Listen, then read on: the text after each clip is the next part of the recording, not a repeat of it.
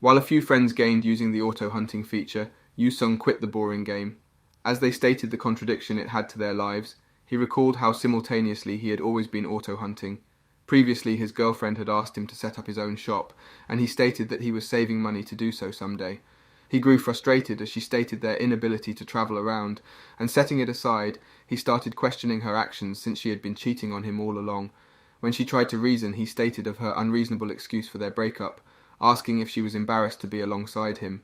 She violently agrees, stating how she was unable to take pride in his unemployed dropout self. He reasons to have never been stingy with her, and justifies her ambitions to be pure greed. After a moment, she spoke about how he made her feel selfish and snobby, and when he agreed to the truth, she spilled her drink on his face, deciding she wasn't capable of the struggles any longer.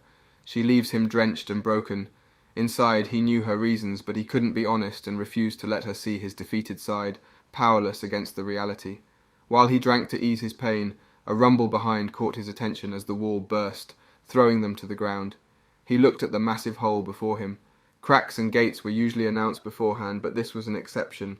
He hurried to his companion, but to his horror, a shark ape treaded out of the crack. Leaving behind his friend was impossible, and he decided to stall for time until help arrived. The two glared at each other as it screamed and charged. Although he landed a strike, it was ineffective. It felt spongy, but it punched at his bare face. He lay sprawled while the powerful beast looked down at him. It clasped his head, but despite his protests, it did not budge. When he grew determined to live, an auto-hunting button spawned before him, asking him to press it. Regardless of anything, he still wanted to live. Before we continue, take a moment to answer the question of the day. Who is the hottest manhwa girl? Comment down below for a chance to be shouted out. Now back to the recap. As it activated, his body grew immobile. The monster drew his claws, and he begged his body to move. He had become a puppet. The body started moving independently. He somehow was now overpowering the monster he was hunting. The experience was exhilarating. Although hunters were now arriving, it still did not budge to his call. Knocking out the monster was enough, but it now rose and charged at him. He ducked as it tried to grapple him and struck at its exposed ribs and kicked its fishy head. As it fell, he smote it with a kick as he watched it silently. The auto-hunting switched off. He returned baffled at having defeated a monster, wondering about the possibilities before him. A jolt ran through his body. His sore muscles gave in as he fell alongside the monster. It was at the city hospital that Yu-sung regained his consciousness. He remembered the time he got hurt while saving his friend from a monster. The memory made him think about how his friend was doing. He wanted to get up, but a voice told him not to strain his body. He turned and saw Chae Shin-young from the Special Defense Bureau. She was here to give him compensation for the monster attack. He took her business card. Chae explained that the government would pay for everything and even reward him for fighting the monster. He was curious about his friend's condition, though. He read the report and saw they were giving him money for the monster he fought too. He could even own the monster and sell it. They made him a special account for the hunter's market. He asked Chae how much the monster could sell for. She said a live monster could get a lot of money, hundreds of thousands of dollars, but he had caught it alive. He saw his listings and realized he could get even more money. He felt lucky. A man came after a few days and praised him for selling the monster. He had bought it for a huge amount of money. He sat by a river drinking soda, feeling happy about getting so much money so quickly, but he felt lost, not knowing what to do next. He thought about the auto-hunting feature. He remembered his ex's voice, but he was determined to succeed. He wanted to make a lot of money and decided to try the auto-hunting feature. He stood in front of a punching bag with a grey option. He wondered how it worked and if it was connected to his surroundings. Considering the option to assume an enemy for himself, he assumed the stance against his assumed opponent. Unfortunately, the feature turned blue with motives of testing it out right away. He activated the auto-hunting immediately. The attacks that followed were fierce, and each of them was precise in every possible detail. However, the automatic toll that it took on his manual body was proportionate, and the conclusion was that it activated whenever he perceived danger, and shuts off as the target is defeated. To use the surreal ability without any hindrance, he decided to foremost train his body. The story reveals the rules that it readies with danger, and uses techniques possible with his body's prowess, and stopped when either the enemy falls or he ordered it to. It also became inactive if his body reached its limit, and as such, he was to train his physical limits. His body had changed after a few days, and a single punch of his was potent enough to erupt the target bag of his. Content with his physical capabilities, he decided to venture out on his path as a hunter. A hunter was an individual who hunted monsters invading the world through fractures, and as such the government had set an extreme standard in knowledge, stamina, and even survivability upon recruitment.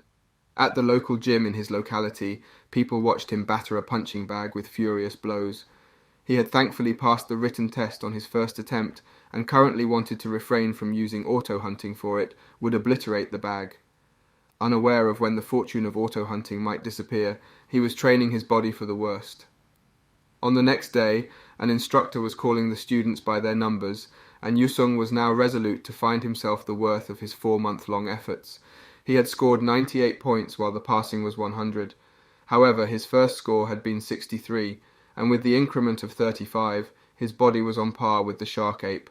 It motivated him to keep growing, for the rate was excellent. But even more fortunately, the instructor announced that he was placed on a provisional list for the hunter license, which was confusing since he hadn't even passed. Kim Sung-guk greeted them for 4 months, for he was their special class instructor. A prideful guy named Kang Jae-kyun exclaimed at how someone present hadn't even passed, and Yu-sung recognized that it was directed at him. But since the auto-hunting was mysteriously on, he decided to ignore him, to concentrate on learning how the auto-hunting worked and become a hunter himself. This special class is constituted of 4 classes: physical training for the mandatory power, survival techniques for cases when traveling beyond the fractures, weapon mastery to utilize anti-monster pieces of equipment, and the final and most important one, delicacy. Sung-guk started by speaking about how lacking solely overpowering a monster was, and further at one of the students' statements emphasized how important money was. The most attractive part of being a hunter came from the carcasses of monsters. However, making a fair amount from extremely damaged units was very difficult, which was why delicacy gained importance to preserve and learn by practicing. He presented them with an uncanny mannequin, which was an excellent sandbag with considerable recovery and skills, and the variable ranking implied that it also attacked its opponent after a strike. At his call, the excited Kang Jae-kyun, who had scored 135 points, walked up. He stood there staring right at the mannequin, his eyes locked onto it. With determination blazing in his heart, he raised his fist high, ready to strike down the looming figure. The motive was clear: defeat it in one powerful hit, a single blow that would shatter its defenses. But oh, surprise struck him like a lightning bolt. His punch, swift and forceful, met the mannequin's defense. It blocked him, mocking his intention to crush it in one fell swoop. The wicked doll wasn't about to be a passive target. It struck back, a sudden counter that caught him off guard. In the heat of the moment, a frustrated curse escaped his lips. Anger bubbled up, a fierce wave washing over him. With a furious roar, he grabbed the doll, his fingers wrapping around it tightly. In a burst of raw emotion, he hurled the doll to the unforgiving ground. As the doll fell, his chances were shattered, and the announcement came like a judge's hammer, declaring his disqualification. His dreams of protecting that carcass, his cause, had crumbled. Around him he noticed other volunteers, brave souls stepping up for the presentation. Yu Sung, his heart still aflame, requested a chance to prove himself. A nod from the instructor set the stage for a new attempt. The air was electric, tension palpable. Yu Sung faced the doll, determination in his eyes. The instructor's voice echoed, a call to action, and the dance began anew. Evading with grace, he sidestepped the doll's strike, a dance of evasion and precision. With a mighty blow, his fist found its mark, striking the back of the doll's neck. A gasp from the crowd. Even the onlookers couldn't believe what they'd witnessed. The doll crumbled, defeated, a testament to his determination.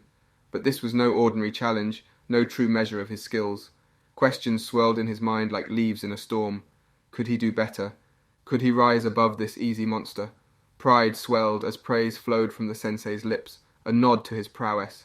The path forward became clearer, a beacon lighting his way. A query, a moment of decision, and the instructor's resolve solidified. Tier 1 wasn't enough. The challenge was pushed further, higher. Yu Sung's heart soared, contentment in his veins as he held that remote, a key to greater trials. The second tier beckoned, a new foe rising to face him, the shark ape, a fearsome opponent. Auto-hunting engaged, not for the easy way out, but to etch movements into his memory. Each strike, each dodge, a step toward mastery. He moved with grace, his new physique a symphony of power and control. A single punch, a calculated blow, and the bot fell, defeated.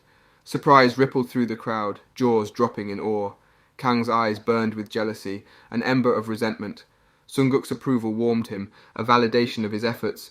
But the journey wasn't over. Spectators' questions hung in the air, curiosity a tapestry woven around him. The instructor's voice cut through the chatter, a request for a meeting, a chance to discuss the future. What will happen next? Find out next time by staying tuned for our future recaps. Don't forget to like and subscribe for more great recaps.